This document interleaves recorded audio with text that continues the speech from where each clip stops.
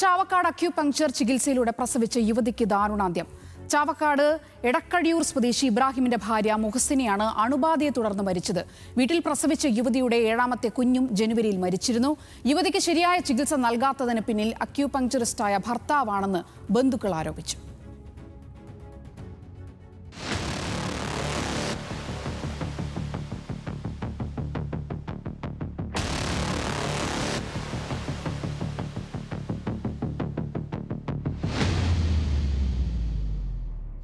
എടക്കഴിയൂർ സ്വദേശി ഇബ്രാഹിമിന്റെ ഭാര്യയും 37 വയസ്സുകാരിയുമായ മുഹ്സിന കഴിഞ്ഞ ജനുവരിയിലാണ് പ്രസവിച്ചത്. 7ാമത്തെ പ്രസവം കഴിഞ്ഞ് ദിവസങ്ങൾക്കകം യുവതിയുടെ കുഞ്ഞ് മരിച്ചിരുന്നു.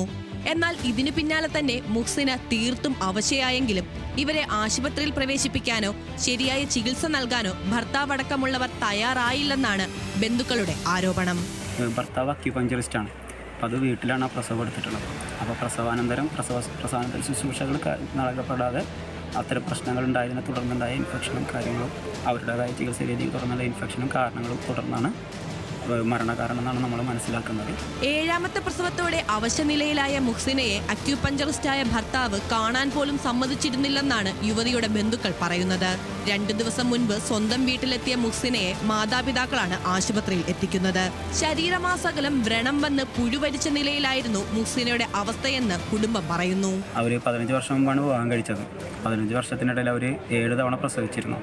അതിൽ 4 കുട്ടികളാണ് ജീവനോടുള്ളത്. ഒന്ന് ഓപ്പറേഷനായി പോയി. ഒരു കുട്ടി ഏതാണ്ട് 1-2 വർഷം മുമ്പ് 3 വയസ്സുള്ളൊരു പെൺകുട്ടി ഈ ഫുഡ് പോയിസൺ ഇൻഫെക്ഷനായിട്ട് ചികിത്സ കിട്ടാതെ മരണപ്പെട്ടു പോയിട്ടുണ്ട്. ഹോസ്പിറ്റലിൽ കൊണ്ടുവരുമ്പോൾ അവരുടെ ഒരു പ്രയാസം, ഒന്ന് അവരുടെ പുറത്തൊരു വലിയ മുറിവുണ്ടായിരുന്നു. ആ മുറിവ് ആകെ പഴുത്ത് പുഴുവരിക്കുന്ന അവസ്ഥയിലായിരുന്നു. പിന്നെ 2 തുടകൾക്കിടയിലും പൊള്ളിയതുപോലുള്ള ഒരു അസ്വസ്ഥതകളുണ്ടായിരുന്നു. വ്യാഴാഴ്ചയാണ് തൃശൂർ മെഡിക്കൽ കോളേജിൽ ചികിത്സയിലായിരുന്ന മുഹ്സിന മരണപ്പെടുന്നത്. ബന്ധുക്കളുടെ പരാതിയെ തുടർന്ന് നിലവിൽ അസ്വാഭാവിക മരണത്തിനാണ് ചാവക്കാട് പോലീസ് കേസെടുത്തിരിക്കുന്നത്. പോസ്റ്റ്മോർട്ടം റിപ്പോർട്ടിന്റെ അടിസ്ഥാനത്തിൽ തുടർ നടപടികൾ സ്വീകരിക്കുമെന്നും കേസിൽ അന്വേഷണം ആരംഭിച്ചു കഴിഞ്ഞെന്നും പോലീസ് അറിയിച്ചു.